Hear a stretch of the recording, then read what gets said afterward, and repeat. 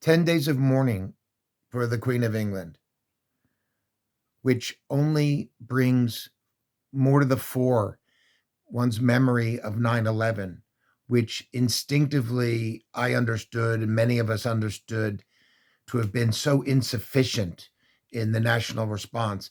The disastrous presidency of George Bush, in which a man who had 37% approval enjoyed 90% approval. That right there is an argument for monarchism, whereby the chief of state is not the prime minister and cannot take political advantage because all of the emotional and psychosexual and sociological energy of the country at a moment of crisis is is directed toward the chief of state.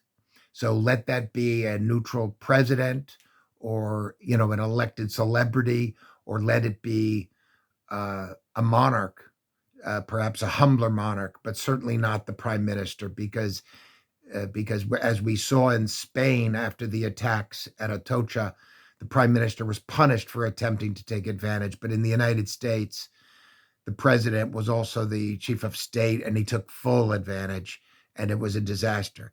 But not only did he take advantage, he did such a miserable job that first day.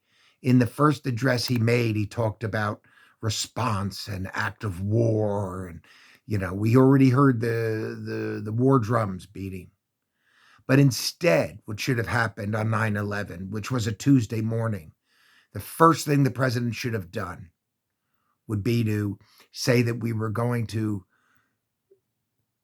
pick up our dead, bury our dead, try to save who we could, and spend the rest of the week in mourning.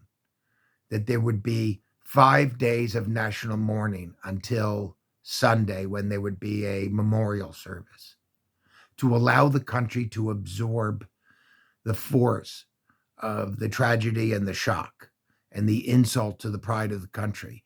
And instead, he strangely named Friday as a day of mourning, as if he couldn't parcel out more, because the capitalists are so rapacious that I think Giuliani actually said, you want to be patriotic, go shopping. So such is the triumph of this kind of corporate capitalism, that they think of you only valuable as a consumer and not as a citizen of a nation. That's a project beyond just making money. So we needed 5 days of national mourning to absorb the blow. Great Britain, after losing its monarch at the age of 96, they have 10 days of mourning.